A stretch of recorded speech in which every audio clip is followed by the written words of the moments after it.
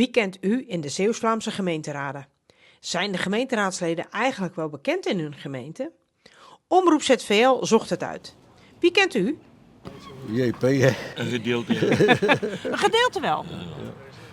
Ja, tuurlijk wel. Van de voetbal, waar heb die meneer zijn huis heb ik gekocht.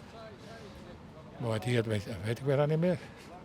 Ja, ik ken ze allemaal, maar ik kan niet al weinig namen. Jazeker, Ja. daar ken ik zeker mensen van. Maar vrijwel allemaal. Wat zijn onderwerpen die voor u belangrijk zijn? Om proberen iedereen gelijk te maken. Ik denk altijd maar als iedereen een beetje evenveel heeft, dan komt de wereld wel goed. En elkaar wat helpen. Is voor u een onderwerp als gezondheidszorg, openbaar vervoer, bereikbaarheid van ons, zijn dat ook nog belangrijke dingen waar u naar kijkt? Of zegt Dat u, is voor iedereen belangrijk, hè? wat voor onderwerp? Gezondheid. Ja, dat beste. Gezondheid. Dus de gezondheidszorg? Ja, Een beetje proper in Hulst. En, dat is alles. hè, Gezondheid is alles. Ja. de vriendelijkheid van de mensen vind ik ook heel voornaam. Goede woningen bouwen voor de jongelui. Want daar hoor ik wel eens klagen over.